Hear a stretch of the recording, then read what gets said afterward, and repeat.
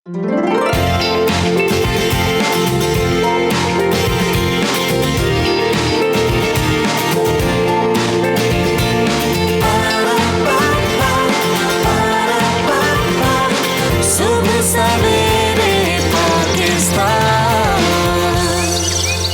पहले हम अपने शो की अच्छी बात शामिल कर लेते हैं। वो कहा जाता है ना कि मौसीकी रूह की ग़िज़ा होती है, और रूह को तरोताज़ा रखने के लिए बहुत ज़्यादा ज़रूरी है कि आप अपने दिमाग को तरोताज़ा रखें, सुकून रखें, पुरसुकून रखें। अब वो किसी भी तरह से हो सकता है। आपकी रूह को सुकून देने के लिए, आपके दिमाग को सुकून देने के लिए, पीसफुल रहने के लिए बहुत सारे लोग मौसीकी जो है वो सुनते हैं, बहुत सारे लोग योगा करते हैं, बहुत सारे लोग मेडिटेशंस करते हैं, बहुत सारे लोग तिलावत कुरान पाक करते हैं, विर्द करते हैं। तो उससे क्या होता है, आपकी रूह जो है ना वो प्योरीफाई होती है। बहुत सारे मेथड्स होते हैं। जब आपकी रूह प्योरीफाई होगी, जब आप प्योर फील करेंगे, अपने अंदर से खालिस महसूस करेंगे, तो आप हेल्दी रहेंगे, आप अपने इर्द गिर्द लोगों के साथ खुश रहेंगे। क्योंकि जब हम अपनी रूह को तरोताज़ा नहीं रखते, अपनी रूह पर काम नहीं करते, तो यकीन करें कि आप उस मायूसी में घिर जाते हैं, आप उस डिप्रेशन में चले जाते हैं। आप बहुत सारी चीज़ें जो आपके इर्द गिर्द हो रही होती हैं, आप उसको महसूस नहीं करते, चाहे वो खुशी हो चाहे वो गम हो। तो रूह का जागना, रूह का तरोताज़ा रहना, रूह का खालिस रहना, प्योर रहना, सोल का जो है ना वो मजबूत रहना, वो बहुत ज़्यादा ज़रूरी है। तो अपनी रूह पर काम करें। वो मौसीकी के थ्रू भी हो सकता है, वो तिलावत के थ्रू भी हो सकता है, वो और बहुत सारी चीज़ों के थ्रू हो सकता है, एक्सरसाइज के थ्रू हो सकता है, जो हम आपको बार बार बात कहते हैं। तो आपने जो है अपनी ज़िंदगी में मैक्सिमम ये कोशिश करनी है कि हेल्दी रहें, फिट रहें, और अपनी ज़ात के ऊपर जो है ना वो फोकस रखें, ताकि आपकी ज़ात जब स्ट्रांग होगी, खुश होगी, हेल्दी होगी, तो आप दूसरों को खुश रखेंगे, आप कामयाबियां हासिल करेंगे, और लोग आपको पसंद करेंगे। जब लोग आपको पसंद करेंगे तो फिर यकीन करें कि माशरा जो है वो आपके साथ हेल्दी जो है एक्टिविटीज़ रखेगा।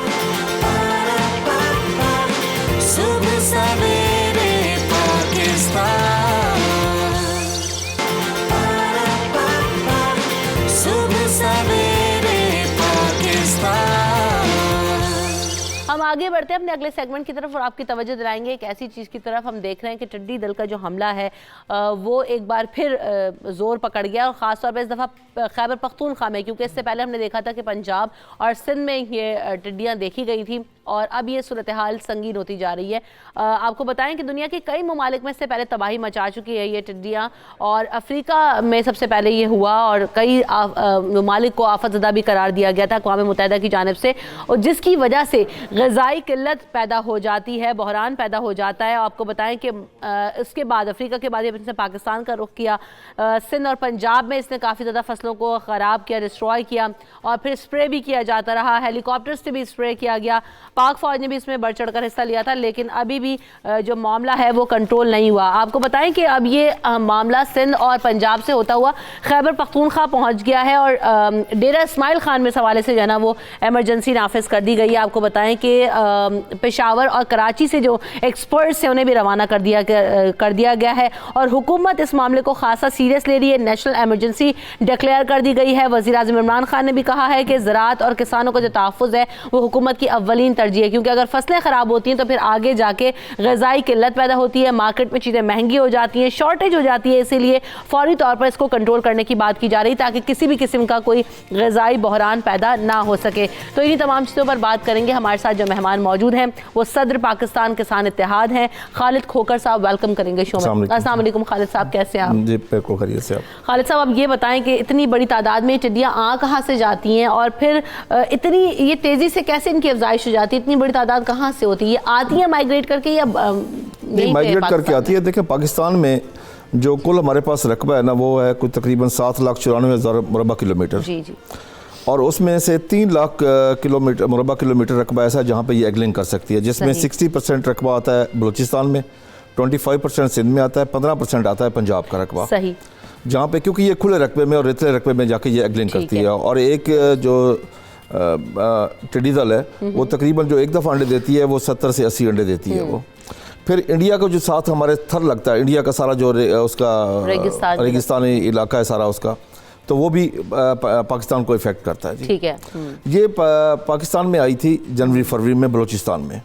चाहिए ये था कि उस वक्त उस पर कंट्रोल किया जाता, सही, लेकिन उस वक्त इस तरफ तवज्जो नहीं दी गई। हालांकि मैंने बार बार हुकूमती लेवल पे मैंने हर जगह पे हमने आवाज़ उठाई, हत्ता कि मैंने सैयद फ़खर इमाम साहब को रिक्वेस्ट की, उन्होंने कैबिनेट में भी बात की जून में जी।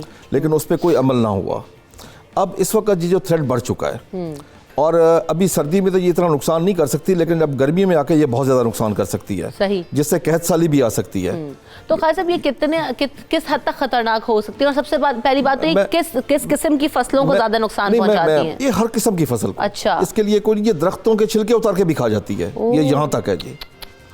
सही। अब ये देखें कि ये पाकिस्तान में जो डिपार्टमेंट बना था ना, प्लांट प्रोटेक्शन लोकस, उस कंट्रोल डिपार्टमेंट का नाम रखा गया था। पाकिस्तान में पहले एक दफ़ा आई, उसके बाद जब ना आई तो वो डिपार्टमेंट सारा इन्होंने डिपार्टमेंट ही ख़त्म कर दिया। ठीक। उस पर कोई इनके पास कोई 23 जहाज़ थे, अब इस वक्त 2 जहाज़ हैं, एक पायलट है। अच्छा, इनके पास जो टेक्निकल लोग हैं वो सिर्फ 19 हैं, जो कि 200-250 लोग चाहिए। जो इनके पास 4 व्हील व्हीकल हैं वो इस वक्त 20 के लगभग हैं, जो 200-250 चाहिए। इनके पास वो सारा सिस्टम इस वक्त मौजूद ही नहीं है। चाहिए ये था कि जब ये आई थी उसी वक्त एमरजेंसी नाफिज होती, उसी वक्त इस पर काम शुरू होता, इसके लिए बजट रिलीज होता। अब आप ये देखें कि बलूचिस्तान में जो इन्होंने स्प्रे किया है, जितने रकबे पे इन्होंने स्प्रे करा तो उसका 1 और 2% पे रकबे पे इन्होंने स्प्रे किया जी। अच्छा। और उस वक्त जब स्प्रे किया गया तो मुख्तलिफ पेस्टिसाइड कंपनियों से दवाई पेस्टिसाइड मांग के स्प्रे की गई मुफ्त में लेके, तो हुकूमत ने उस पर बहुत थोड़े से खुद खर्च किया। अब जाके इनको एहसास हो रहा है, खुदा करे कि एहसास हो और उस पर जल्दी काम करें, ये ना कि बजट रिलीज होते टाइम लग जाए। इन्होंने तो कोई काम करना, लगता ये है कि इन्होंने यूएनओ से परमिशन लेनी होती है। नहीं तो खालिद खोखर साहब ये बताएं ना कि कितनी जल्दी, क्योंकि ये कहा जाता है कि ग़िज़ाई किल्लत पैदा हो जाती है, कहत पैदा हो जाता है, तो कितनी जल्दी ये फसल को तबाह करने की सलाहियत रखती हैं कि क्विकली अगर काम ना हुआ तो कितना नुकसान होगा। जहाँ पे पहुँचती है जब गर्मी आएगी ना, ये जिस इलाके में जाएगी एक रात में उस पूरी फाके रख देगी, एक रात में। और अगर अब खुदा ना खास्ता ये टिड्डी दल का हमला मार्च के बाद अगर इसको कंट्रोल ना किया गया तो ये मुल्क वाले जाएंगे कहाँ? तो ये तो देखे ना कि बड़ी आसानी से स्केप हासिल कर लिया जाता है, कहे तो, क्योंकि अभी आपने बात की कि चीनी का बहरान हुआ तो हमने देखा कि जनाब चीनी इंपोर्ट कर लीजिए और बाहर से आ रही थी, फिर वही दाम अपनी मर्जी के जो है वो मुतयन कर दिया था। टमाटर का हुआ, टमाटर की शॉर्टेज हुई, मुल्क से बाहर से टमाटर आए, 400 रुपए किलो तक फरोग हुए। तो अब ये जो फसलों को नुकसान पहुंचेगा, यहाँ पर किल्लत होती है, शॉर्टेज होती है, तो अल्टीमेटली हुकूमत का काम क्या होता है, जनाब शॉर्टेज है इसलिए पैसे जो है ना वो बढ़ा दिए गए। इसकी रोकथाम कैसे हो? ये जो नेशनल इमरजेंसी डिक्लेयर की गई है उसका प्लान क्या है, किस तरीके से वो जो है ना वो इमरजेंसी में हम ट्रीट कर रहे हैं? पीएम साहब आए ना तो उन्होंने आते ही एक लफ्ज इस्तेमाल किया कि हम ज़रिया इमरजेंसी नाफिज कर रहे हैं जी। और ज़रिया इमरजेंसी का एक प्रोग्राम भी दिया गया। उस प्रोग्राम के बारे में जानना चाह रही हूँ, क्या है उसमें?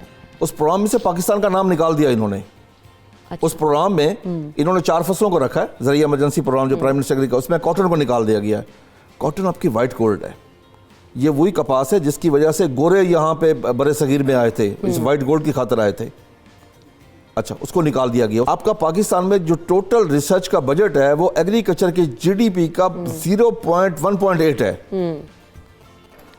अब ये बताए ना कि खोखर साहब, ये जो टिड्डी दल का हमला है इसको रोकने के लिए इमरजेंसी तो डिक्लेयर कर दी गई है, लेकिन किस तरीके से काम होना जरूरी है, किस हद तक काम होना जरूरी है? क्या सिर्फ स्प्रे से काम हो जाएगा? नहीं, देखिए करना तो स्प्रे ही पड़ेगा जी। उसके लिए एक तो पहली बात यह है कि पंजाब हुकूमत को फेडरल बाहर निकलना चाहिए, सेमिनार करने चाहिए, जाके लोगों को उसके बारे में अवेयरनेस देनी चाहिए कि आप लोगों ने खुद क्या करना है, नंबर 1। नंबर 2 ये है कि जहाज़ मंगवाएं बाहर से, या फौज से लें या कहीं और से लें, जो भी उसको मैनेज करें, पेस्टिसाइड मंगवा के वाफिर मिकदार में रखें और फौरी तौर पे उस पर अमल दरामद करें, फौरी उस पर स्प्रे शुरू करें। अभी मैंने सुना है कि फेडरल मिनिस्टर ने 7 अरब का बजट मांगा है। मैं कहता हूँ वो फौरी रिलीज़ करना चाहिए, सोचना नहीं चाहिए उस पर। क्योंकि देखें ना, मैं आपको अर्ज करूँ, आपने अगर दहशतगर्दी के खिलाफ जंग लड़ी है ना, सिर्फ एक ही वजह थी कि आपके पास गंदम थी खाने के लिए, लोगों के पास खाने के लिए कुछ था, ऐसे ही है आप जंग लड़ सके हैं। अगर आपके पास एक बार रिस्ट्रिक्शन लगाई गई थी पाकिस्तान के ऊपर, तो पाकिस्तान क्यों सर्वाइव किया? कि हमारे पास खाने के लिए कुछ था, ये ज़राअत थी, इसी ज़राअत ने सारा दिया था। अगर खाने के लिए कुछ नहीं होगा तो फिर क्या होगा इस मुल्क में? बिल्कुल ऐसे ही, सही कह रहे हैं। और जिस तरह बात करते हैं ना कि कुछ इंडस्ट्रियल ममालिक हैं, ठीक है, सनती ममालिक हैं, उन्होंने अपनी इंडस्ट्रीज़ पे काम किया और वो इस्टेब्लिश रहे हैं, तो वो इस काबिल रहे कि अगर उनके मुल्क में ज़राअत नहीं है तो वो सारी चीज़ें इम्पोर्ट कर सकते हैं। हम एक ज़राई मुल्क है, लेकिन हम देख रहे हैं कि हमारा जो ज़राअत पे फोकस है वो उस तरह से, बल्कि उस तरह से क्या है ही नहीं, क्योंकि हमें बहुत ज़्यादा मुश्किलात का सामना करना पड़ा है। और जो हमारी अपनी प्रोडक्ट्स हैं, हमारी जो अपनी फसलें, जो हम यहाँ पर इस लैंड के ऊपर लगा सकते हैं चीज़ें, उसका यील्ड हमें उस तरीके से नहीं मिल रहा है जिस तरह से मिलना चाहिए। और जो मिल भी रहा है उसमें भी हम शॉर्टेज हो जाती हैं, अच्छी क्वालिटी की चीज़ें इंपोर्ट हो जाती हैं, बाकी सारी चीज़ें यहाँ पर जो सेकंड क्वालिटी की वो रह जाती है। बहुत शुक्रिया हमारे साथ आप मौजूद थे। मैं एक अहम बात बताना चाहूँगा इस वक्त हमारा गर्मियों में हमने सब्जियां जो काश्त करनी है, अभी फरवरी में काश्त होंगी, इंडिया से हमारी ट्रेड बंद है। आप हमारे जितने भी बीज हैं सब्जियों के सब इंडिया से आते हैं, हमारे पास अपने बीज नहीं है। बताएं हमारे पास कपास का जो बीज है इस वक्त, हमारे पास जदीद टेक्नोलॉजी नहीं है, हमारे पास रिसर्च के लिए पैसे नहीं है, हमारी कॉस्ट ऑफ प्रोडक्शन जो है वो ऑलमोस्ट बाकी ममालिक से 3 गुना ज़्यादा है इस वक्त। यही वजह है। और एक चीज़ और फोकस करने की इंतहाई ज़रूरत है कि इस वक्त 2 लोग नुकसान बर्दाश्त कर रहे हैं, काश्तकार और एंड कंज्यूमर। हमें एंड कंज्यूमर का ख्याल करना चाहिए कि उसको सस्ती चीज़ें फराहम करें, जिस तरह काश्तकार से ली जाए वो चीज़ें सस्ती उसी तरीके से एंड कंज्यूमर तक भी बिल्कुल पहुंचे। ऐसा ही है। पाकिस्तान में कितने लोग कमा रहे हैं? चंद एक लोग कमा रहे हैं। एंड कंज्यूमर नुकसान में है और काश्तकार नुकसान में है। जब तक हम इन चीज़ों पे तवज्जो नहीं देंगे, बिल्कुल हुकूमत को प्रायोरिटीज तय करनी होंगी। और ये जो है ना हाथ करते हैं कि इस तरह की कोई भी एक चीज़ आ जाती है उसको निमटने के लिए जो ना फौरी तौर पर एक्शन लेने की ज़रूरत है और प्रॉपर एक्शन लेने की ज़रूरत है, क्योंकि हम ऑलरेडी इतनी सारी प्रॉब्लम्स फेस कर रहे हैं। तो हमें आगे जाके जो है ना वो मजीद शॉर्टेज या किसी चीज़ का बहाना बनाकर जो है ना हमारे पास स्केप नहीं रहेगा। बहुत शुक्रिया खालिद साहब हमारे साथ मौजूद है। शराफत अली बलोच साहब मौजूद हैं। शराफत साहब, एक तो आप ये बताइएगा कि गुलकारी आप कब से कर रहे हैं, और मैंने सुना है कि आपकी 50 से ज़्यादा एल्बम्स आ चुकी हैं। जी बिल्कुल, गुलकारी तकरीबन 2003 से शुरू है जी। शौक था या जो है ना वो कैसे ये आपने करना शुरू किया? बस जी शौक़ था काफ़ी, और कुछ दोस्तों से भी ये शौक़ लगा। कुछ दोस्त थे जो इस फील्ड में काम करते थे, गाते थे। एक लड़का था हमारा पियानिस्ट, बहुत अच्छा वो पियानो बजाता था। सही। तो उसके साथ मिल के यानी कि वो उनकी सोबत जो है वो एक रंग दिखाई। तो आप तो मियाँ वाली से हैं, वहाँ से तो बड़े ही मारूफ मशहूर सिंगर हैं अताउल्लाह ईसा खान खेलवी साहब। तो वो आपकी इंस्पिरेशन रहे हैं या आपकी इंस्पिरेशन कौन है? बस वाकई वही हमारे वो बड़े हैं, सीनियर हैं हमारे। तो काफ़ी लोगों ने वो काफ़ी आर्टिस्ट जो हैं उनको देख के ही सिंगर बने, तो उन पे हम भी शामिल हैं उनमें। सही। तो हम चूँकि यहाँ पर हमें जो है ना वो ब्रेक लेना है, लेकिन ब्रेक लेकर जब आएंगे तो आपसे कुछ सुनेंगे भी। सुबह सवेरे पाकिस्तान, सुबह सवेरे पाकिस्तान। गोविंद साहब अस्सलाम वालेकुम, कैसे हैं आप? ठीक है, अल्लाह का शुक्र। एनर्जेटिक हो गए, एनर्जाइज हो गए, या बोर तो नहीं आपने फील किया? नहीं, मैं गीत से सुबह उठता हूँ और गीत से रात को सोता हूँ। कौन से गीत सुनते हैं आप? हर किस्म के, पूरी दुनिया का म्यूजिक।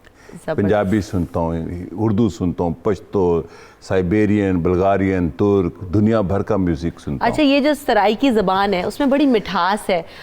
समझ में ना, मुझे तो खैर समझ में नहीं आती, सॉरी, लेकिन सुन के इतना मज़ा आता है ना कि मौसीकी है। और फिर वो हमने अभी बात करते शराफत साहब से भी कि जैसे शराफत साहब को सुनने में मज़ा आ रहा है, अताउल्लाह ईसा खान साहब को सुनते थे, समझ कुछ नहीं आना लेकिन मज़ा बड़ा आना है। तो ये ज़बानों का जो है ना वो कितना फ्लेवर आता है मौसीकी के अंदर। असल में मौसीकी खुद एक ज़बान है। ऐसे ही है। इसको आपसे मैं जो मौसीकी सुनता हूँ 80% शायद मुझे वो ज़बान समझ नहीं आती। बिल्कुल। लेकिन वो फारसी के गाने सुनता हूँ। मैं अभी सुबह सुन रहा था, जो मैंने कहा कि मेरी सुबह होती है, ये मैं रस्मन नहीं कह रहा।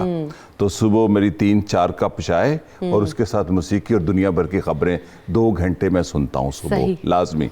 इसी तरह रात को 3-4 घंटे।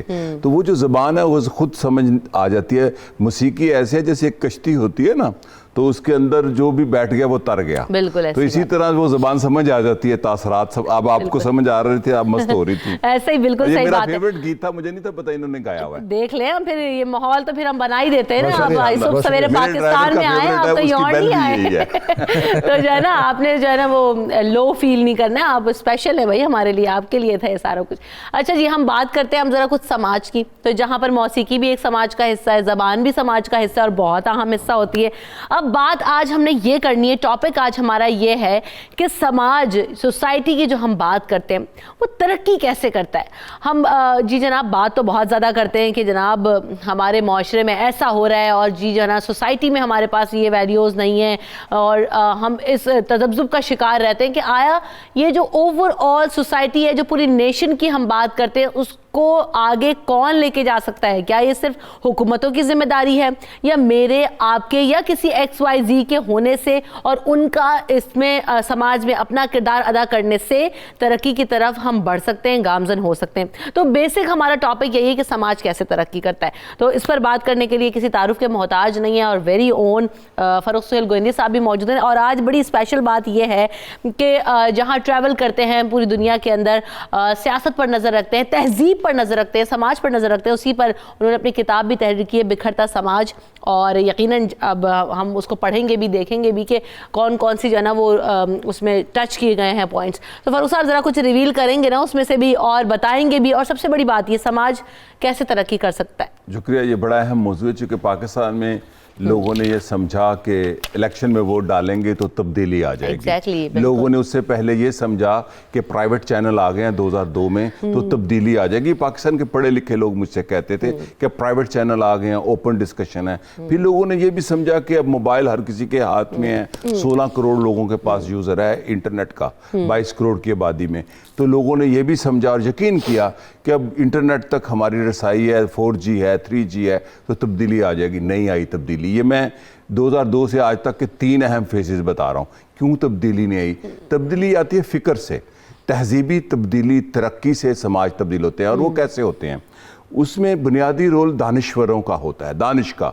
और हमारे अफसोस की बात यह है कि दानिश का रोल तो खत्म हो गया। हाँ, हमारी अफसोस है कि हमारी जो दानिश्वर हैं वो पस मंज़र में हैं, जो कम दानिश्वर या नीम हकीम हैं वो बिल्कुल लीड कर रहे हैं। कालम नगारों को हमने दानिश्वर समझ लिया, तजिया नगारों को जो टेलीविज़न सेंटर पर रात को बैठ के एनालिसिस करते हैं, समझते हैं इन्होंने मुल्क बदल देना है। ये हीरो थे हमारे एनालिस्ट, अभी भी कई लोग हीरो हैं, एक वक्त में तो बहुत बड़े हीरो थे, अब तो इन पर तनकीद होती है। समाज बदलता है दानिश्वर फ़िक्र, जैसे अल्लामा इकबाल एक मुफक्किर थे, वो समाज बदलते हैं। जो फ़िक्र होती है, जैसे बुल्ले शाह है, मौलाना रूम है, जो मुफक्किरीन होते हैं सोसाइटी के दानिश्वर, वो सोसाइटी के ट्रेंड्स बदलते हैं। फिर उसके अंदर मौसीकी का, मौसीकारों का, म्यूजिशियंस का, गाने वालों का, पेंटर्स का, ये समाज बदलते हैं। वो देखे ना कि जिस वक्त जंग हो रही थी 65 की, तो मलका तरन्नुम नूरजहां के गानों ने क्या मोटिवेशन पैदा की। समाज में एक यकजानियत, यकजहती आई थी, एक कौम बनी 65 में। तो उसमें रोल किन लोगों का था? शायरों का, अदीबों का, दानिश्वरों का। तो हमारा जो जवाल है वो फिक्री जवाल है।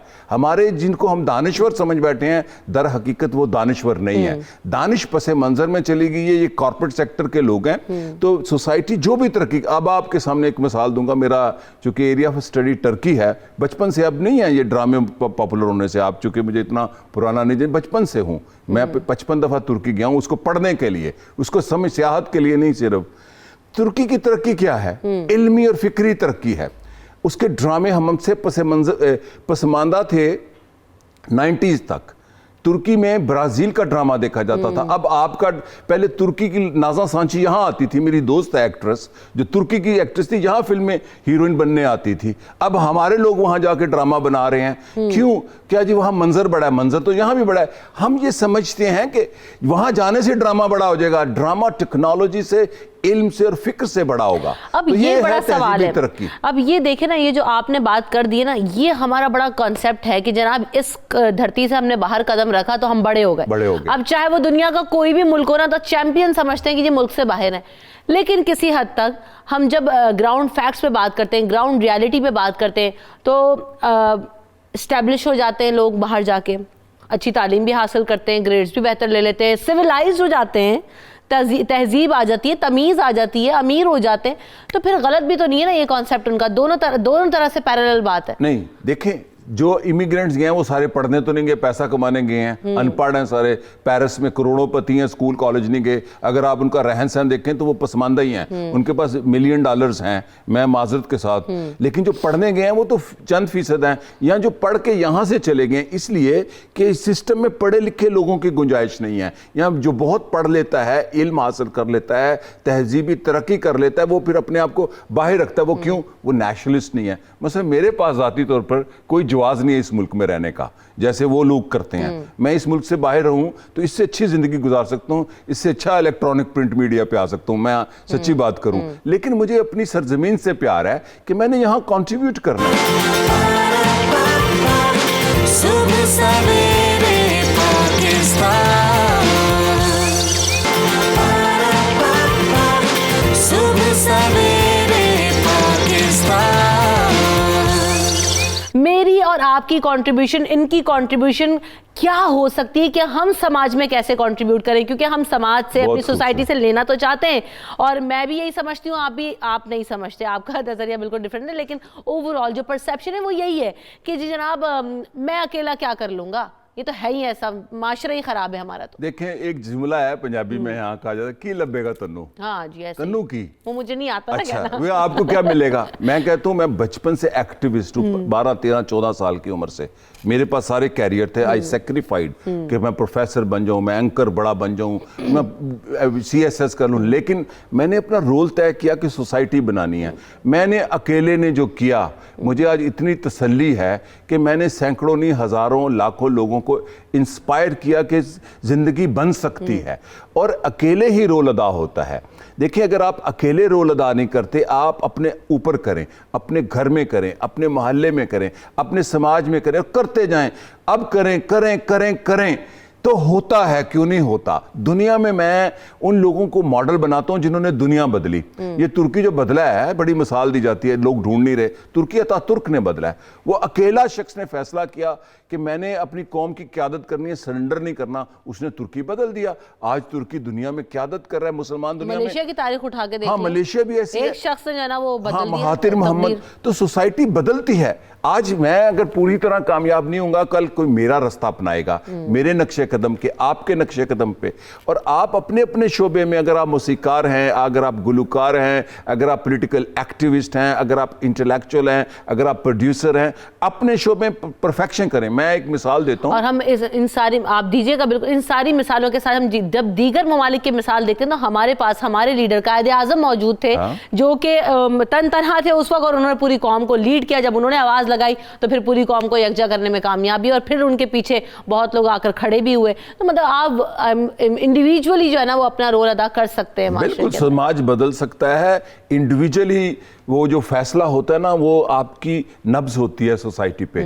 इस वक्त पाकिस्तान उस नहज पे पहुंच रहा है कि समाज बदलने के लिए दो लोगों का बड़ा बुनियादी किरदार है। एक दानिश्वरों का कि वो आगे आए, दूसरे पॉलिटिकल एक्टिविस्ट का, नौजवान पॉलिटिकल एक्टिविस्ट आए और सोसाइटी को शख्सियत, ये मरियम नहीं बदलेगी, बिलावल भुट्टो नहीं कौम बदलेगा, इमरान खान अकेला नहीं बदलेगा, सोसाइटी बदलेगी जब वो क्लास, मिडिल क्लास और वर्किंग क्लास मिलके, मजदूर और मिडिल क्लास का इत्तेहाद होगा तो सोसाइटी बदलेगी। आप समझते हैं कि ये इत्तेहाद इसीलिए नहीं होने दिया जाता, या ये जो गैप है ना हमारे एलीट्स के अंदर और लोअर और मिडिल क्लास के अंदर, अब तो बेचारा हाल ये है, तबका ये है कि जो मिडिल क्लास भी जिसको हम कहा करते थे ना, वो भी अब बेचारे लोअर पे ही आ गए, क्योंकि जिस हिसाब से इस मुल्क के हालात हैं। तो मैं लोअर और एलीट को ही अगर कंपेयर करूं तो तालीम हासिल नहीं करने दी जाती, फैसिलिटेट नहीं होने दिया जाता, हमारे अस्पतालों में उनको उस मयार की सेहत नहीं दी जाती ताकि ना वो एस्टेब्लिश हो, ना ये कौम जो है ना वो तरक्की कर सके, क्योंकि शऊर आ जाएगा, अकल आ जाएगी, तालीम आ जाएगी, तो वो गैप खत्म होता जाएगा।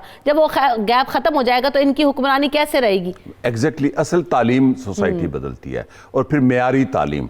मैं एक मिसाल देता हूँ, अल्लामा इकबाल एक आम आदमी के बेटे थे। अगर वो तालीम हासिल ना करते, इंग्लैंड ना जाते और जर्मनी से PhD ना करते वो बाहर से, तो वो भाटी दरवाजे के अंदर हकीमा बाजार में रहते थे, वहाँ हकीम की दुकान पे एक छोटा बन के वो अपनी ज़िंदगी गुजारते रहे, एक हकीम का मुलाजम बन के। तालीम ने उनको बदला, अकेले को। तालीम समाज को बदलती है।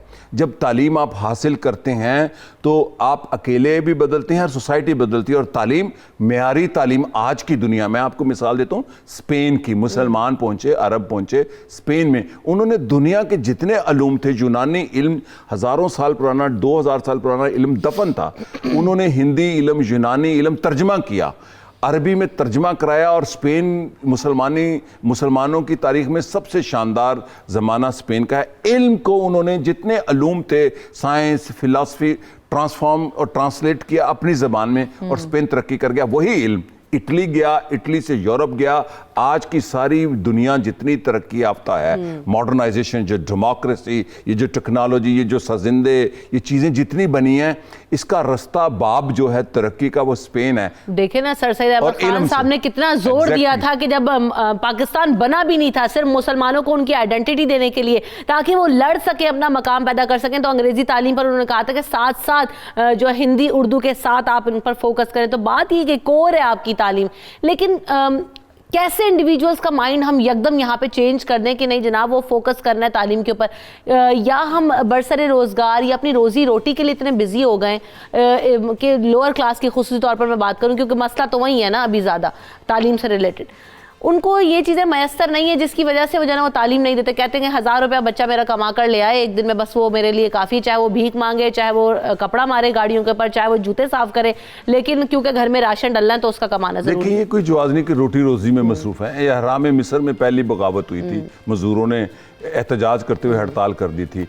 पाकिस्तान बदल सकता है कैसे? आजकल हम एक नई तहरीक को जन्म दे रहे हैं, उसका नाम है जमहूरी खल्क पाकिस्तान, जिसकी डिमांड यह है कि 25A आइन का कहता है, आप 1973 का आर्टिकल 25 है कि 16 साल तक तालीम बच्चे पर लाजिम, रियासत का फर्ज है कि वो लोगों के बच्चों को तालीम दे। और ये रियासत का माशरों में यही तरक्की याफ्ता माशरे ऐसे तो नहीं तरक्की करके कि मेट्रो बना दी शहबाज शरीफ ने तो कौम तरक्की कर जाएगी। तालीम लाजमी रियासत की जिम्मेदारी है। पाकिस्तान ने अगर तरक्की, और मेरा ये मुतालबा है, हम दोस्त इकट्ठे हो रहे हैं कि रियासत जो सी है, हुकूमत जो सी है, हम इमरान खान साहब और सेनेट की कमेटी के, मैंने कुछ जो तालीमी कमेटियों से बात भी की है कि हम डिमांड करने जा रहे हैं कि एजुकेशन इमरजेंसी लगाई जाए। मैंने इमरान खान को 96-7 में कहा था जब वो पार्टी बना रहे थे कि इस मुल्क में एजुकेशन इमरजेंसी लगाने की जरूरत है कि हंगामी इंकलाबी बुनियादों में 3 साल में हम इस कौम को 100% लिटरेसी रेट पे जा सकते हैं।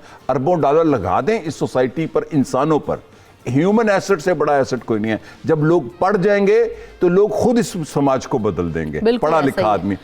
ख़वातीन क्या किरदार अदा कर सकती हैं एक समाज में? उनका पढ़ा लिखा होना, उनका मुतहरिक होना, रोशन ख्याल होना और वाइब्रेंट होना कितना ज़्यादा इंपॉर्टेंट है, बोल्ड होना सोसाइटी के अंदर। देखें जी, इस सोसाइटी में मेजॉरिटी औरतों की है, शायद 52%। तो औरत के रोल के बगैर दुनिया की कोई कौम तरक्की नहीं करती। फिर मैं मिसाल तुर्की की दूंगा। मैं ऐसे ऐसे क्लिप बना के पब्लिक में शेयर करता हूँ कि एक बच्ची जो सी है 19-20 साल की, इतनी मॉडर्न कि आप देखें हैरान हो जाए, और सेल्स गर्ल है, वो जैसे साफ सफाई करती है अपनी दुकान की जहाँ वो जॉब करती है, जहां वो एयरफोर्स में जॉब करती है, आर्मी, किसी उस इस्लामी मुल्क जिसको हम कहते हैं, उसमें बुनियादी किरदार औरत का है। औरत वहां पर मर्द की तरह मुतहरक है, देहात से लेके शहरी आबादी तक। औरत के बगैर ये समझना मुल्क की आधी आबादी जो सी है उसको गुलाम बना के घरों में रखा जाए, या वो पढ़ भी जाए तो उसके बाद जब आपकी शादी होगी बच्चे पैदा करें। बच्चा पैदा होना तो एक फितरती अमल है ना, लेकिन मैंने अपने घर में देखा, औरत जो है वो बुनियादी तौर पर ज्यादा जिम्मेदार है। मेरे दफ्तर में कभी आप आए, जितने दफ्तर में लड़के हैं वो लेट आ जाते हैं, कहते हैं जी मेरी तबीयत ख़राब है। मैंने कहा ये मिसबा की तबीयत ख़राब क्यों नहीं होती है? सुबह 9 बजे पहुंची होती है, सबसे छोटी है, सबसे पहले पहुंची होती है। तो हमारी सोसाइटी की तरक्की हो ही नहीं सकती अगर फातिमा जिन्ना कौन थी? औरत थी। और बेनज़ीर भुट्टो कौन सी थी? औरत थी। औरत की तरक्की के बगैर दुनिया का कोई समाज मुझे बता दें, कोई सोसाइटी बता दें जिसने तरक्की की और नहीं की होगी। तेल से पैदा होने वाली दौलत से तरक्की नहीं होती। जिन ममालिक में तेल पैदा आया वो समाजी तरक्की नहीं है। उन्होंने वहां इंडस्ट्री नहीं है सऊदी अरब में, टर्की में कोई तेल और कोई मादनियात नहीं है। वो कहां से तरक्की कर गया? तालीम, टेक्नोलॉजी, औरतों को बराबर हकूक, औरत को वोट का हक 1923 में तुर्की में मिला, यूरोप में 1970 और 60 की दहाई में मिला। ये बताएं गोयदी साहब, क्योंकि वक्त कलील रह गया, कि कैसे जो है ना बतौर इंडिविजुअल मैं समाज के अंदर तब्दील, हुकूमत पे हमने रिलाई नहीं करना क्योंकि बहुत करके देख लिया, मैं तो मायूस हूँ हुकूमत से। क्या कर सकते हैं इंडिविजुअल? देखें जी, अपने अपने शोबे में एक तो आप प्रोफेशनली मजबूत हो जाएं।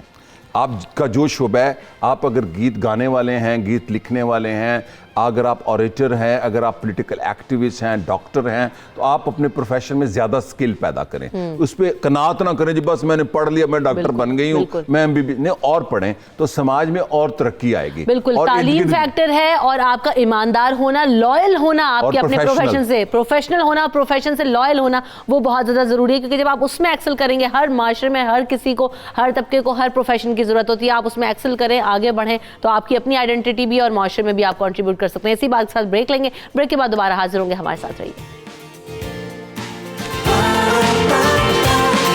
सुबह सवेरे पाकिस्तान,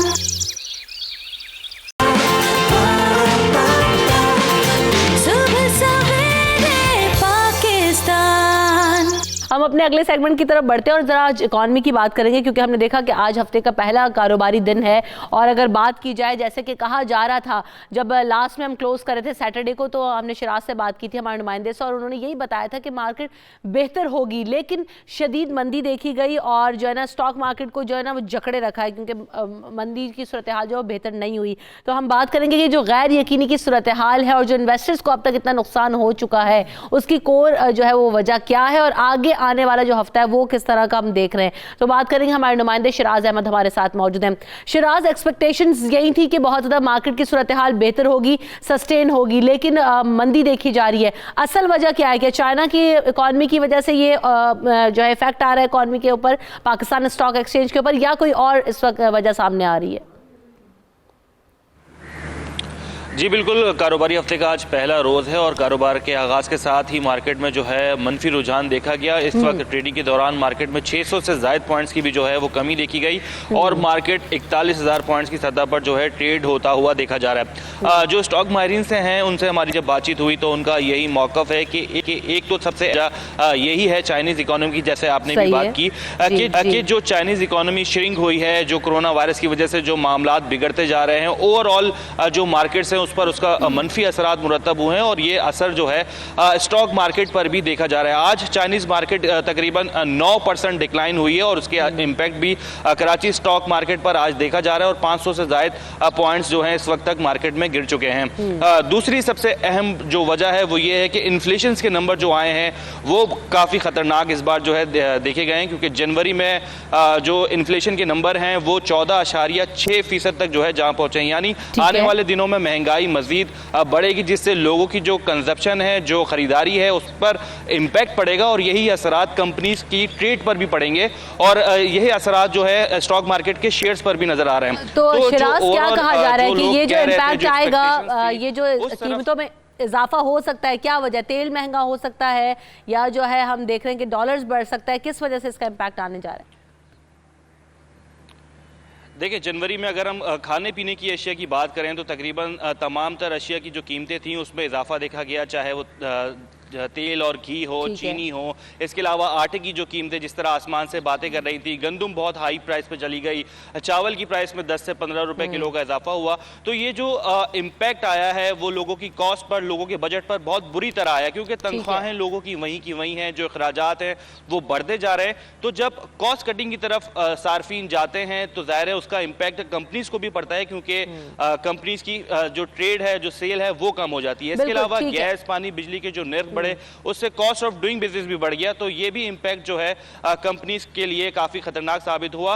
और अब हम देख रहे हैं कि जो हुकूमत की जानिब से जो पॉलिसीज हैं वो आएंगी, क्या रद्द अमल होगा। हुकूमती पॉलिसीज की आपने बात की तो बहुत शुक्रिया शिराज अहमद। हुकूमती पॉलिसीज पर बात करते हैं और अब जो ओवरऑल इम्पैक्ट आ रहा है उस पर बात करने के लिए हमारे साथ आबिद सुलैरी साहब मौजूद हैं, जो कि इकोनॉमिस्ट हैं, उनसे बात करते हैं। Welcome to the show Abid Suleri sahab. सबसे पहले तो यही बात करेंगे कि ये कहा जा रहा था कि मार्केट ऊपर जा रही है, सूरत हाल बेहतर होगी, इकोनॉमिक सिचुएशन, लेकिन हमने देखा कि कोलैप्स कर गई है। काफ़ी इन्वेस्टर्स का काफ़ी सारा पैसा डूब चुका है। क्या वजह आप करार दे रहे हैं? क्या चाइना की वजह से ओवरऑल इम्पैक्ट आ रहा है या हमारी जो है ना वो अपनी भी कुछ रीजंस है मुल्क में?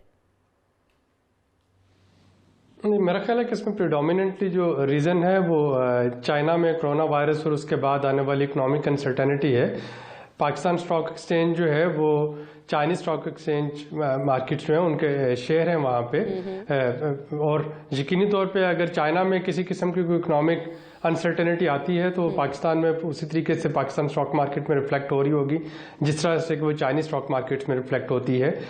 जो इन्फ्लेशन नंबर है, मेरा नहीं ख्याल कि उनका कोई बहुत ज़्यादा डायरेक्ट लिंक बनता है पाकिस्तान की स्टॉक एक्सचेंज परफॉर्मेंस से। अगर हम हिस्टोरिकली भी देखें तो पाकिस्तान स्टॉक एक्सचेंज जो है वो अपने आप को एक उन्होंने इंसुलेट किया हुआ है। वहाँ पे चंद ब्रोकर्स हैं जो कि उस पर मार्केट को चढ़ाते भी हैं, उसको उतारते भी हैं। भाटा सिस्टम भी वहाँ पे चलता है। तो वो जो ट्रेडिशनल विजडम है जो कि आपको बताती है कि जो बाकी पूरी दुनिया की जो मार्केट एक्सचेंजेस है वो जिस तरीके से काम करती हैं, शायद पाकिस्तान में वो वाले सारे रूल जो हैं वो लागू नहीं होते हैं।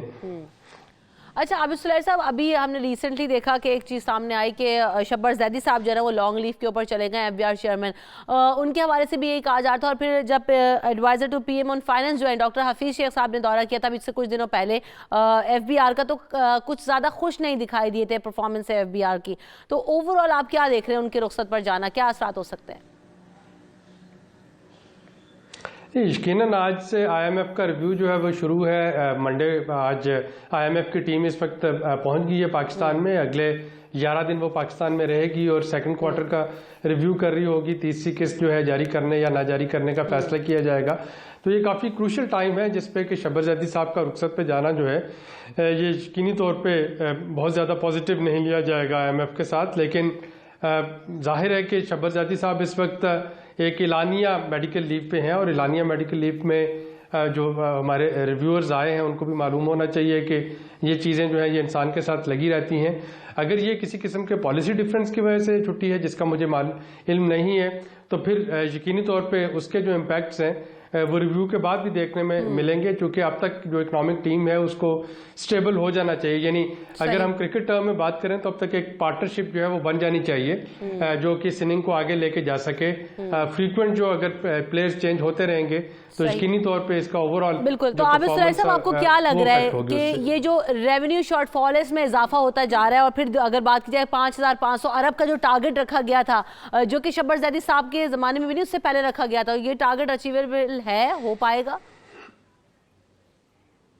ये टारगेट तो लास्ट टाइम रिवाइज हो गया था, रिवाइज डाउन हो गया था और मेरा ख्याल है कि इस दफ़ा के रिव्यू के बाद शायद इस पर मजीद कुछ चेंजेस आए। ज़ाती तौर पे मेरी राय है कि अब शायद हमें थोड़ा सा इंपोर्ट को फ्लेक्सिबल करके इंपोर्ट को खोलना चाहिए। उसमें से कुछ रेगुलेटरी ड्यूटी या एडिशनल कस्टम ड्यूटीज़ जो हैं उनको ख़त्म करना होगा। क्योंकि हमारा 40 to 50% जो FBR के रेवेन्यू था वो इंपोर्ट की सतह पे होता था।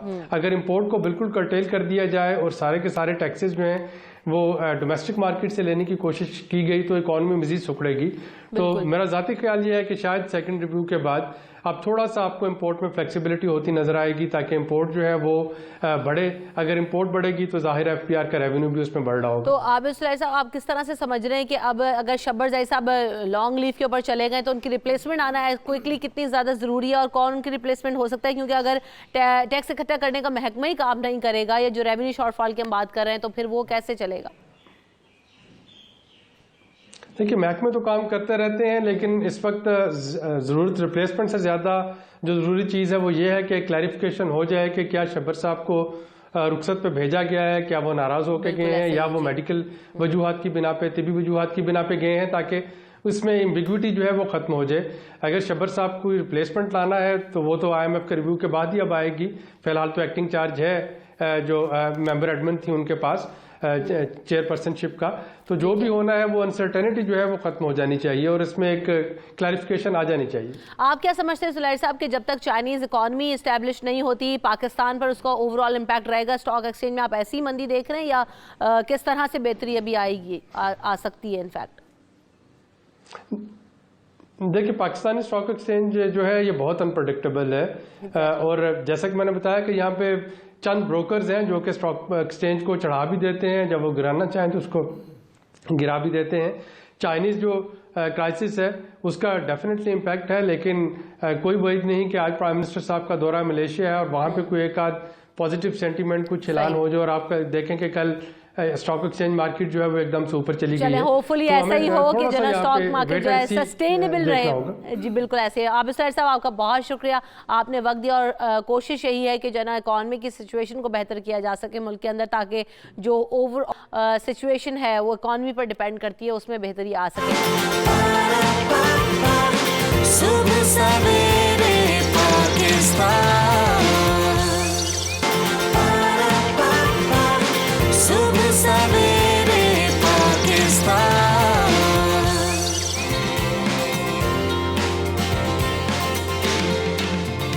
जी जनाब, तो आज हम बात करेंगे सितारों की कंपैटिबिलिटी की, यानी जो जीवन साथी हैं वो कौन से सितारों के कौन से सितारों के साथ मैच होते हैं या उनकी जो है ना वो अच्छी निपती है। हाँ जी, ये दुरुस्त जुमला है। अच्छी जो है ना निबाह कैसे होगा, कौन से सितारे के साथ, और किसका नेचर कितना इन्फ्लुएंस करेगा, कितना मैटर करेगा, और ये सारी बातें हम आज डिस्कस करेंगे। तो जनाब हमारे साथ जो मेहमान मौजूद हैं उनका तारुफ आपसे कराते चलते हैं।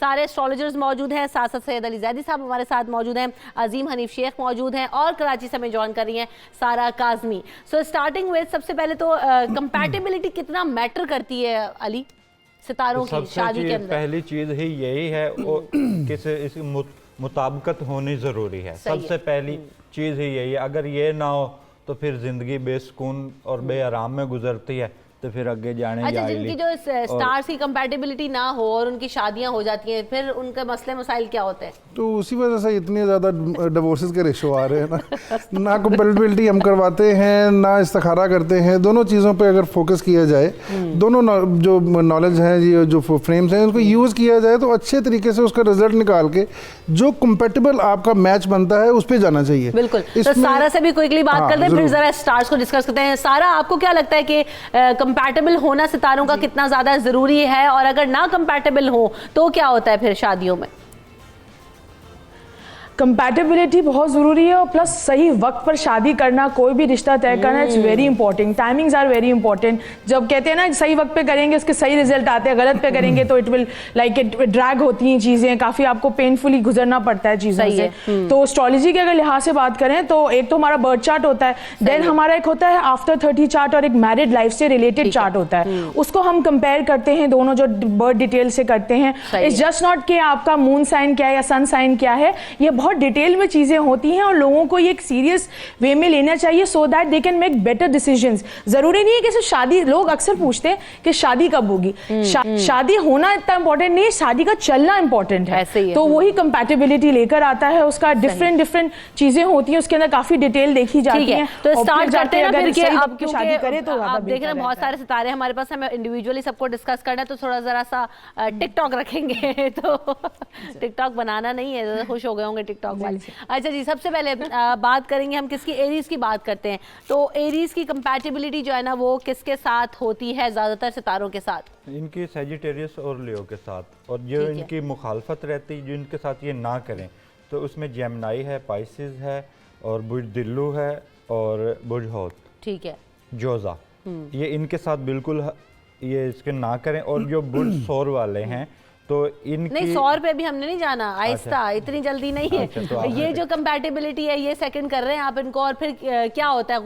गुस्से वाले होते हैं, नहीं होते, इमोशनल होते हैं, क्या होते हैं? थोड़ा से एग्रेसिव नेचर के होते हैं, तो इसीलिए क्योंकि मार्स एग्जॉल्ट करता है कैप्रिकॉर्न में, और कैप्रिकॉर्न एक्वेरियस के साथ, फिर सजिटेरियस के साथ इनकी कंपैटिबिलिटी अच्छी होती है।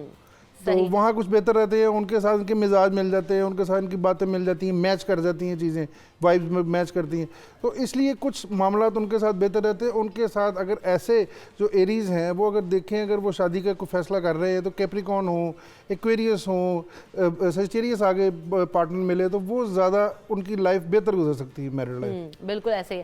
अच्छा सारा, ये जो हम बात करते हैं सितारों की, तो एरीज जो हैं वो किस नेचर के होते हैं, किस तरह का इनका मिजाज होता है, और कौन इनके साथ जो ना वो निभा सकते हैं?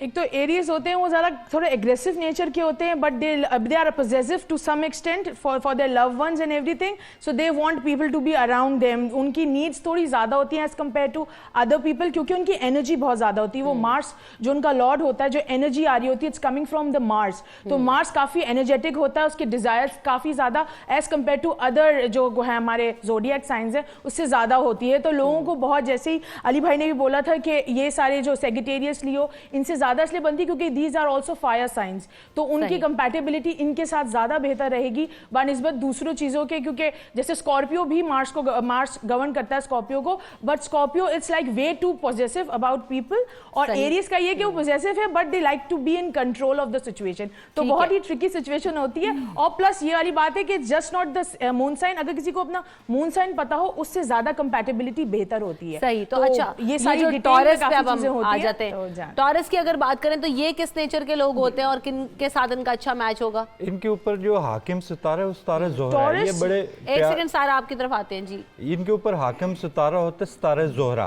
तो जो इस बुर्ज को अपना रंग देते हैं, ये तो बड़े प्यार मोहब्बत करने वाले लोग होते हैं और बड़ा इनका दिल नरम होता है और यकजोजियत का रुझान इनके अंदर होता है और इनकी कोशिश यही होती है कि इनकी शादी एक ही रहे, एक ही जीवन साथी और उसी के साथ ज़िंदगी गुजारें। अगर इनकी मुताबिकत ना बन पाए तो इनकी बहुत कम इनके अंदर तलाक की रेशो है और ख़वातीन हो तो मर्द हो, ये इनके अंदर यकजोजियत का रुझान है। और ये जो इनके दोस्त बुर्ज हैं जिनके साथ इनकी मुताबिकत है तो वो विर्गो है और कैप्रिकॉर्न है। तो इन दोनों के साथ ये बड़ी अच्छी जोड़ी है। बकाया के साथ जिनके साथ नहीं होनी चाहिए तो उसमें लियो है, स्कॉर्पियो है और बुर्ज दिल्लू है। तो साफ बात है ना कि स्कॉर्पियो वाले और सेक्रेटेरियट जो पर्सनालिटीज होती हैं इतनी वाइब्रेंट होती हैं, कहाँ चलेंगी? अजीम सेकंड करते हैं बात हाँ को। जी, वीनस टूल कर रहा है और ज़रा फैंटेसिज्म में ज़्यादा रहते हैं, फैंटेसाइज करते हैं चीज़ों को। और बाकी वो बात ठीक है कि वो चीज़ों को सस्टेन करना चाहते हैं, चीज़ें चलती रहना चाहिए, चाहते हैं कि चीज़ें ख़राब ना हो, लाइफ ख़राब ना हो। तो उसमें ये है कि ये लाइफ पार्टनर भी ऐसा ही ढूंढते हैं। वर्गोज के साथ बड़ी अच्छी इनकी चलती है, क्योंकि वर्गो भी तो थोड़ा सॉफ्ट हाँ नेचर थोड़ा के सॉफ्ट होते हैं। जेमिनाइज के साथ इनकी बड़ी अच्छी चलती है, वो भी थोड़े से कूल माइंडेड होते हैं, तो उनके साथ इनकी ज़्यादा चलती है और लाइफ इनकी ठीक रहती है। लेकिन ये अपनी लाइफ के बारे में शादी से पहले जितने टॉरस लोग हैं, लड़के हैं, लड़कियां खास तौर पे, वो ज़्यादा सोचते हैं, फैंटासाइज करते हैं अपनी शादी के फ्यूचर को आगे कि ऐसे होगा तो ऐसे करेंगे। वो प्लानिंग्स इनकी ज़्यादा होती हैं। सही, तो कूल माइंडेड है ना, बड़ा सोचने हाँ के लिए जो है ना वो। अच्छा जी, सारा आपको क्या लगता है कि किस तरह की कंपैटिबिलिटी होती है टॉरस की दीगर स्टार्स के साथ जो बात कर रहे हैं दोनों? टॉरस जो लोग होते हैं वो काफ़ी प्रैक्टिकल होते हैं और लॉजिकल होते हैं। तो वो जब अपनी रिलेशनशिप्स में भी अपने आप को डील जब करते हैं और दूसरे लोगों से, तो काफ़ी लॉजिकल और वो मतलब एक जैसे लड़ाई झगड़ों में नहीं जाते। They like to deal things with logic and proper practical way में जाकर। तो वही कि इनके जो एनर्जीज होती हैं इट्स आर वेरी स्टेबल। तो वही कि इनको बार बार ना फाइट्स में जाना पसंद नहीं होता। तो कंपैटिबिलिटी का इनका भी बहुत अमेजिंग होता है क्योंकि ये अर्थ साइन होते हैं। तो अर्थ साइन थोड़ा सा आपको है ना एक स्टेबिलिटी देता है रिलेशनशिप में। तो yes, these are the signs. But again Taurus को मतलब ये है कि स्टेबिलिटी के साथ चलता है, वो है ना उनके साथ चलता है। बट अगेन मैं इसको एम्फसाइज जरूर करूंगी कि रादर देन कि सन साइन से मून साइन से इनका इंपॉर्टेंट है। ठीक है। अच्छा, तो जेमिनाई को आप कैसे देख रही हैं सारा? ये जेमिनाई वाले आपको कैसे लगते हैं और उनकी कंपैटिबिलिटी किनके साथ? हाँ, Gemini is a dual sign. तो उनकी एनर्जीज काफ़ी ना स्कैटर्ड होती हैं, तो उनको समेट के रखने के लिए वर्गो बहुत अच्छे होते हैं क्योंकि वो भी ड्यूल साइन है। बट अगेन वो ज़्यादा फोकस्ड होते हैं, तो वो जेमिनाई को ज़रा थोड़ा सा रिलैक्स करके रखेंगे लाइफ में। टॉरस के साथ काफ़ी अच्छी बनती है, अगर किसी का मून साइन हो तो they are good friends with each other. तो ये सारी जो जिनका ना एयर साइन होगा ये फ्लोट करते हैं, ज़रा ईजी रहते हैं। बट अगेन जेमिनाई वाले को ज़रा ज़्यादा ही उनको उनकी जो मल्टीटास्किंग करने की आदत है वो काम आएगी उनकी शादी में कि they will take care of their partners, they will take care of the spouse so that कि वो चीजें रहें। बट अगेन उनको संभालने के लिए वर्गो या दूसरे जो एयर साइंस हैं वो बहुत ज्यादा इंपॉर्टेंट रखते हैं उनकी जी। अजीम, जेमिनाइज डबल माइंडेड रहते हैं थोड़े से, अपने प्रैक्टिकल लाइफ में भी डुअल पर्सनैलिटी लेके साथ चलते हैं, दो तीन चीज़ों को ना फोकस करते हैं। दो तीन शादियां भी कर लेते हैं क्या? मैं वही बताने लगा हूँ कि जहाँ पे इनका अपना असेंडेंट का लॉर्ड या मून साइन वीक होता है वहाँ पे मोस्टली जेमिनाइज की सेकंड मैरिज जरूर होती है। सही, ये चीज़ इनकी लाइफ में ज़रूर है। और उसके बाद फिर ये आ जाता है कि इनकी टॉरस के साथ थोड़े बहुत बनती है, लेकिन ज़्यादातर ये अपनी ही बातों को रूल करवाते हैं, अपनी ही बातें मनवाने की जो है ना वो कोशिश करते हैं। तो इसलिए वो चीज़ें ना थोड़ी सी ख़राब रहती हैं। लेकिन ये है कि जेमिनाई चीज़ें चलती रहती हैं और ये अपनी मर्जी से सिलेक्ट करते हैं। हमारे प्रोड्यूसर साहब कह रहे हैं यार मैं कैसा जेमिनाई हूँ, एक ही शादी की है मैंने। फारूक भाई, आपका स्टार क्या जेमिनाई तो नहीं है कहीं आप? हमारे कैमरा पर्सन जो है ना वो तीसरी शादी करना चाहते हैं। आपके स्टार के बारे में पूछती हूँ ना, भी सब्र करें। अच्छा अलीजाई साहब, आपको क्या लग रहा है, दूसरी शादी करेंगी? जो जेमिनाई बेगम मुझे मारेंगी। हाँ, पता नहीं घर में उनको दाखिल होने ना दें, आपने यहाँ से पूछ लेना है तो स्वीट है। बताए दूसरी शादी वाले। तो जो जेमिनाई वाले हैं इनका एक अंदाज़े फ़िक्र जो है वो थोड़ा सा मुख्तलिफ होता है दूसरे स्टार की जान। ये थोड़ी सी ज़्यादा तवक्कात लगाते हैं। एक मिसाल है, ये किसी से लव इनको हो जाए तो उससे बहुत ज़्यादा तवक्कात, यानी कि ये जिससे लव करते हैं उसको देवी या देवता समझ लेते हैं। ये परफेक्शन मांगते हैं कि उसके अंदर कोई गलती कोताही हो ही ना, तो ऐसा हो नहीं सकता। तो ये इनकी लव मैरिज में नाकामी का सबब ये बनता है जेमिनाई की। क्योंकि इनकी तवक्कात बहुत ज़्यादा बड़ी हुई होती हैं, जो चीज़ें ये सोच रहे होते हैं तो शादी के बाद तो यकसर चीज़ें बदल जाती हैं, जो वो तवक्कात लगाई होती हैं वो पूरी नहीं हो पाती, तो इस वजह से इनकी सेकंड मैरिज का चांस ज़रूर रहता है। तो ये जिस तरह का दिमाग रखते हैं, इनके साथ फिर मिलता कौन है? इनके साथ जो मुताबिकत रखने वाले हैं वो मिजान और दिल्लो, और जो तो वैसी तरह जाना हो पता और जो इनके मुखालिफ बुर्ज हैं इसमें पाइसिस है, विर्गो है, सजिटेरियस, ये इनके जहन से बिल्कुल मुखालिफ हैं। सही। और इनके साथ मजबूत जहन का आदमी चल सकता है, जो इनको बच्चे की तरह बहलाए रखे। अच्छा जी, ठीक है, तो जो है ना वो सॉफ्टली और पोलाइटली जो है वो डील होना चाहते हैं, बिल्कुल सही है। तो हम क्योंकि ब्रेक ले रहे हैं, ब्रेक लेते हैं, ब्रेक के बाद आएंगे शराफत साहब के साथ, उनका गाना भी सुनेंगे और उनसे पूछेंगे कि उनका स्टार क्या, उनकी कंपैटिबिलिटी किस स्टार के साथ है। और तो हमने यहाँ पर ब्रेक लेना है, ब्रेक के बाद वापस आएंगे और दीगर स्टार्स की बात होगी। स्टे ट्यून्ड इन सुबह सवेरे पाकिस्तान।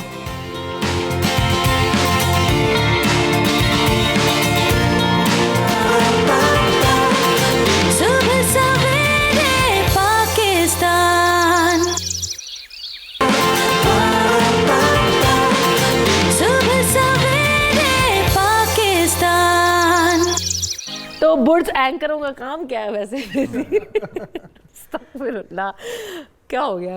एनर्जी जो है ना वो ज्यादा हो गई है। अच्छा सा गाना गा के ना, हाँ बेहतर है मैं ना बोलूँ, आप कैंसर की तरह से अजीम साहब बात करें। हाँ जी, कैंसर बताएं। आप उनको नहीं, आवाज बहुत अच्छी है माशाल्लाह। शो ऑटो पे लग चुका है ना।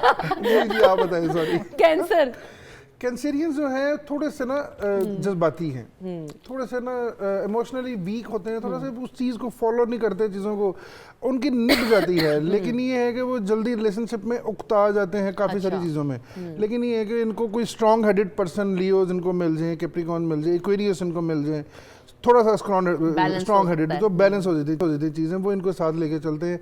लेकिन ये है कि इमोशनल बहुत ज़्यादा इमोशनल होते हैं, तो इसलिए थोड़ा सा ना इनको अपना केयर भी करनी चाहिए। जितने कंसीडर ना, अगर उनका जो उनके मून साइन अगर अच्छे बैठे हुए हैं या सन साइन अगर अच्छे बैठे हुए हैं, तो फिर वो चीज़ें काफ़ी सारी बैलेंस हो जाती है। सही। कैंसर की बात कर रहे हैं, कैंसर वालों के अंदर ना एक थोड़ी सी इनकी तबीयत में एक बेचैनी होती है, क्योंकि इनको एडजस्टमेंट के मसाइल बहुत ज़्यादा आते हैं कैंसर वालों को, क्योंकि एक जगह से दूसरी जगह इनको जाना पड़ता है। अगर ये जो कैंसर वाले लोग होते हैं ये अपनी जाए पैदाइश से दूर जाएं तो ये वहाँ तो ये सेटल हो सकते हैं, और जो ये अपने इलाके हैं, जो इनके अपने पैदाइश वाले इलाके हैं, ये वहाँ पर इनकी सेटलमेंट बड़ी मुश्किल होती है। तो अगर ये सफ़र वगैरह में रहें तो ये बहुत खुश रहेंगे, फिरते रहेंगे। तो और जो यानी कि ऐसा इनको अगर जीवन साथी मिले जो इनकी सोच को समझता और इनको तकरीबन एक माह में 2-3 बार सैर तफरी करवाए तो फिर तो बात है ठीक। क्योंकि इनकी बेचैन तबीयत है, क्योंकि बेचैन तबीयत है, क्योंकि इनकी अंसर सफर का आता है, सितारे कमर इनके ऊपर हाकिम है कैंसर के ऊपर, ठीक है। तो चांद जैसे बढ़ता है कम होता है, तो इनकी तबीयत में भी ऐसे ही है, कभी इनकी जिंदगी में उतार चढ़ाव भी बहुत ज्यादा होते हैं। जो इनके साथ मुताबिकत है वो पाइसिस और स्कॉर्पियो, ये इनके साथ बड़ा बेहतरीन जोड़ा बनता है। और जो इनके मुखालिफ रहते हैं वो बुर्ज हमल, बुर्ज मिजान और बुर्ज जद्दी। ठीक है, तो इनके साथ इनकी कंपैटिबिलिटी नहीं है। अच्छा जी, एक तो कैंसर का जरा क्विकली बता दीजिएगा सारा, और फिर लियो के भी आपसे बात करेंगे, दोनों के बारे में बताएं। जी अच्छा, एक I would like to add one thing more कि जेमिनाई की जब हम बात कर रहे थे, बहुत इंपॉर्टेंट चीज़ है एक, स्पेशली अगर जिनका मून साइन जेमिनाई है, अगर वो अपने शादी से लेके या कोई भी शादी होने वाली या शादी में है, कोई भी डिसीजन अगर ले रहे हों जो बहुत ही मतलब बहुत प्रॉब्लम्स में गुजर रहे हैं, Gemini specially the moon sign ones, तो वो 23 सितंबर के बाद ही कोई फाइनल डिसीजन लें, उससे पहले लेंगे तो वो उनको एक नुकसान ही होगा। ठीक है, कमिंग टूवर्ड्स ना कैंसर, तो कैंसर वाले वही अगेन कि वो बहुत इमोशनल होते हैं, मूडी होते हैं, क्योंकि वो वाटर साइन होता है, तो यू नेवर नो कि वो किस टाइप फ्लिप कर जाएं, तो वो बहुत मुश्किल होता है उनके लिए। तो टॉरस उनके लिए है ना, पाइसेस वाले लोग ऐसे लोग हैं जो वो उनका क्या कहते हैं, उनको एक स्टेबिलिटी देते हैं। हम हमेशा उनके साथ कंपैटिबिलिटी करनी चाहिए जो हमें कंट्रोल कर सके, control as in a good way कि एक लाइफ अच्छे चले। ठीक है, लियो का एरीज से बहुत अच्छा है, सेजिटेरियस से बहुत अच्छा है, क्योंकि these are the fire signs, तो वो उनको एक बराबर का एक हिस्सेदारी, एक पार्टनरशिप रहती है शादी के अंदर, which is very good. Leo again उनका एक ईगो बहुत ज्यादा होता है, तो ईगो उसके साथ अगर लिब्रा वाले के साथ आ जाए तो थोड़ा सा एक प्यार मोहब्बत का एक रिलेशनशिप हमेशा रहता है, बट ईगो की वजह से वो कभी ना कभी अपने रिलेशनशिप में इश्यूज उठाते हैं। लियो तो उनको लियो जरा वाले बड़ी मजबूत तबीयत के मालिक होते हैं और अपने फैसलों पर डटे रहते हैं और एग्रेसिव होते हैं, हमेशा इनके आगे आगे बढ़ने की इनके अंदर सलाहियत होती है।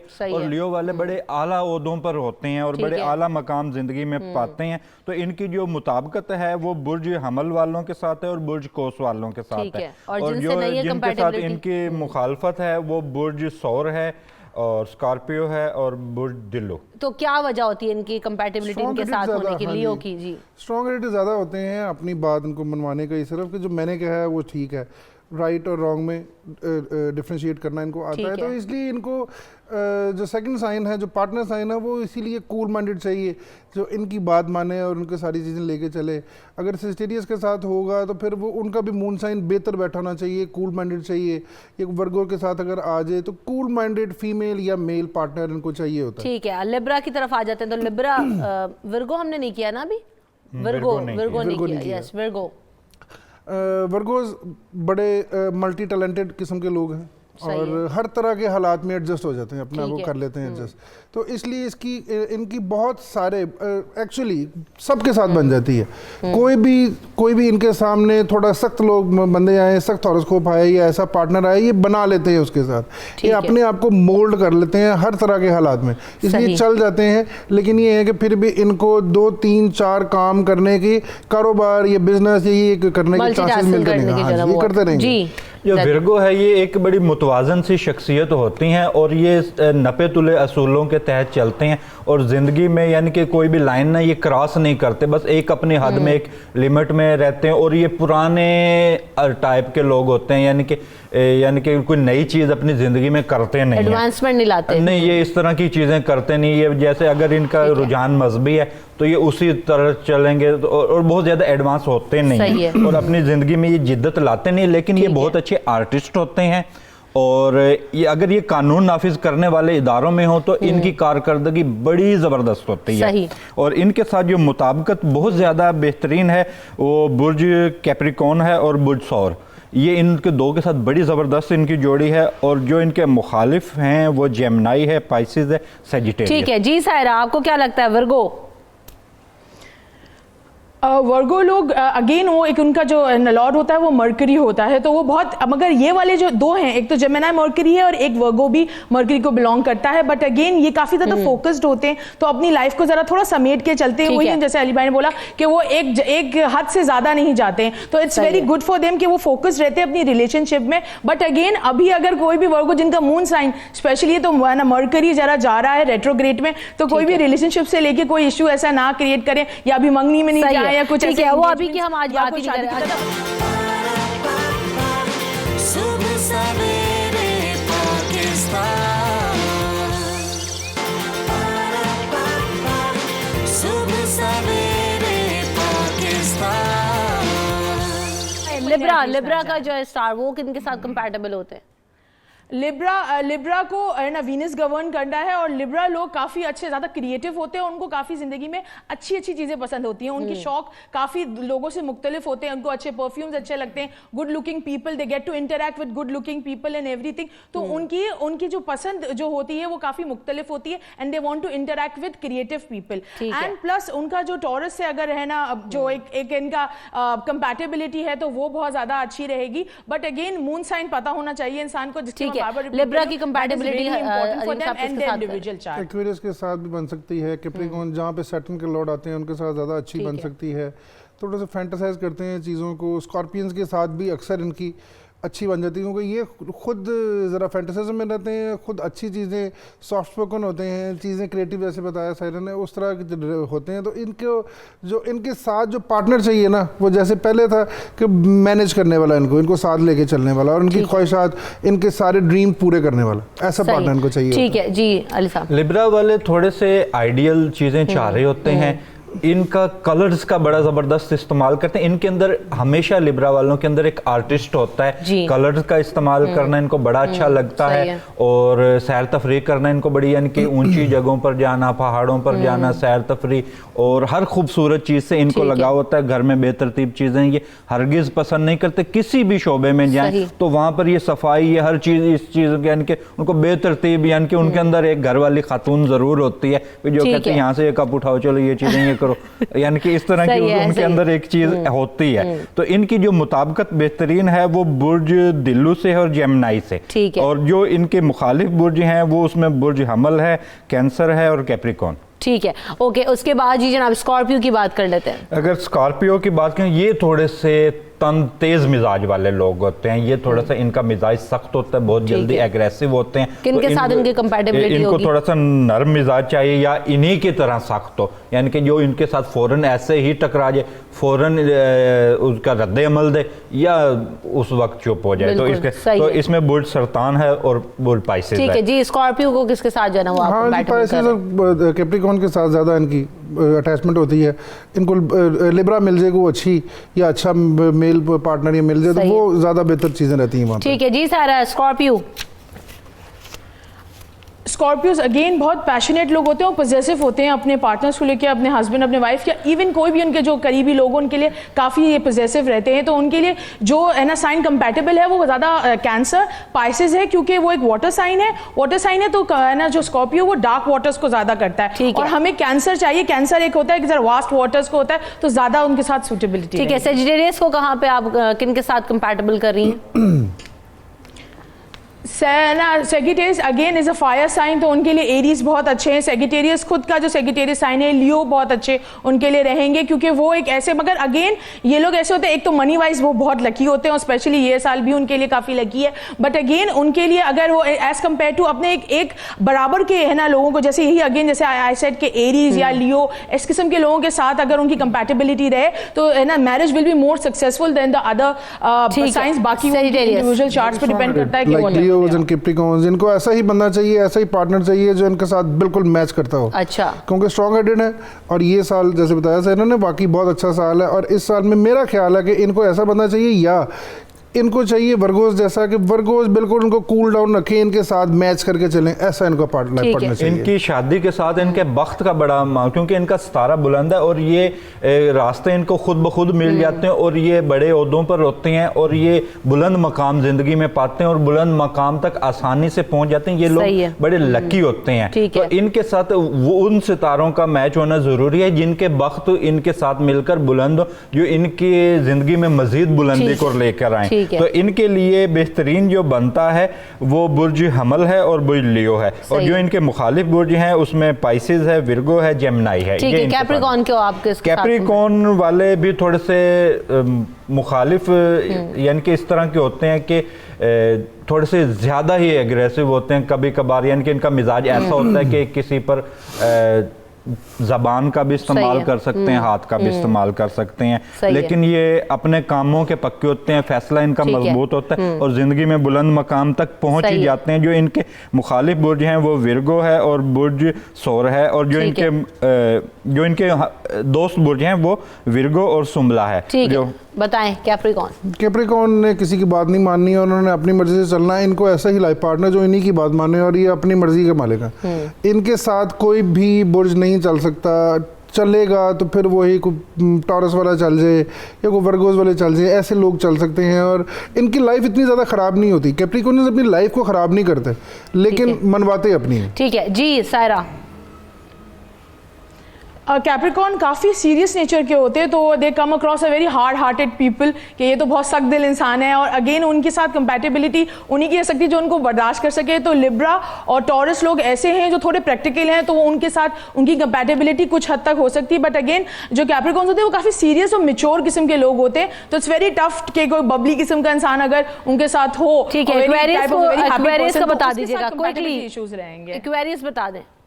एक्वेरियस अगेन एक्वेरियस अगेन है ना, क्या कहते हैं, उसको भी सैटर्न गवर्न करता है, तो उसके लिए भी, बट अगेन वो काफी इंटेंस होते हैं अपने इमोशंस को लेकर, तो उनको उनको उसको वही इंसान चाहिए होता है जो उनको अंडरस्टैंड करे। तो स्कॉर्पियोज उनको कर सकते हैं, कैंसेरियंस उनको काफी हद तक हैंडल कर सकते हैं, बट अगेन वही बात है कि वो बहुत अंदर रखने वाले लोग हैं, वो ज्यादा शेयर नहीं करते अपनी। ठीक है, एक्वेरियस एंड पाइसेस बहुत ज्यादा कॉम्प्रोमाइजिंग है एक्वेरियस, और उनको लियोज अगर मिल जाए तो मोस्टली एक्वेरियस की लव मैरिजेस होती हैं, तो इसलिए इनको जो है ना वो ऐसा ही पार्टनर मिलता है, और बड़े सोशल और बाकी सारी चीज़ों में तो ऐसा लाइफ पार्टनर इनके साथ ठीक रहता है। पाइसेस जो हैं, पाइसेस की लाइफ में प्रॉब्लम्स चलती रहती हैं, मोस्टली पाइसेस की मैरिड लाइफ अक्सर ख़राब रहती है, क्योंकि ये भी स्ट्रॉन्ग हेडेड है और ये भी किसी की बात नहीं सुनते। इनको भी अगर कोई टॉरस का या विर्गो या जेमिनी इनके साथ अगर अटैच हो जाए कोई अच्छा, तो फिर चीज़ें ठीक रहती हैं। जो बुर्ज दिल्लू वाले हैं, इनको टेक्नोलॉजी के शोबे अख्तियार करने चाहिए, और ये इन्हीं में इनकी तरक्की होती है, उन्हीं में कामयाब होते हैं। और बुर्ज इनके साथ जो बुर्ज जोसा वाले हैं वो बेहतरीन है, और लिब्रा, और जो इनके मुखालिफ बुर्ज हैं वो बुर्ज सौर है, बुर्ज असद है, बुर्ज अकरब है। और जो पाइसेस वाले हैं इनका बख्त बुलंद होता है, लेकिन इनको एडजस्टमेंट के मसाइल रहते हैं। इनके साथ बुर्ज कैंसर है और स्कॉर्पियो, ये बेहतरीन है इनके साथ जोड़ी के। और जो इनके मुखालिफ हैं वो विर्गो, कोस और जेमिनी, ये इनके मुखालिफ बुर्ज हैं। ठीक है जनाब, तो ये सारी हमने आज कोशिश की कि कंपैटिबिलिटीज जो है ना वो एक दूसरे की जान सके। तो जैसे कि कंपैटिबिलिटी बनाना एक मुश्किल काम है और लोगों के साथ जो है ना वो निभाना जो चाहिए वक्त लगता है, उसके लिए तो हमने कोशिश की कि कलील से वक्त में कोई डिस्कशन ज़रूर करें, लेकिन इस पर हम मज़ीद भी बात करेंगे आइंदा आने वाले शोज़ में। तो आपने अपना फीडबैक ज़रूर देना है कि आप किस तरह से और क्या चीज़ जानना चाहते हैं। तो आप तमाम तीनों लोगों का बहुत शुक्रिया कि आप आए और आपने जो है ना वो बड़ी ज़बरदस्त डिस्कशन रही। और साथ साथ शराफत साहब आपका बहुत शुक्रिया, वक्त क्योंकि ख़त्म हो गया, लेकिन जाते जाते आपसे कुछ सुनना चाहते थे, फिर आपको जहमत देंगे, फिर आपको मदू करेंगे ताकि आप शो में आए और शो को चार चांद लगाए। और क्या ज़बरदस्त एनर्जी आप फैलाते हैं। तो आपने हम सबको, जो नाज़रीन है हमारे, बहुत ज़्यादा हमसे मोहब्बत करते हैं, हमें अपनी दुआओं में ज़रूर याद रखिएगा, हमें फीडबैक ज़रूर दीजिएगा और कल हमसे मुलाकात कीजिएगा सुबह सवेरे पाकिस्तान में। तब तक के लिए अपना ख्याल रखें। अल्लाह हाफ़िज़।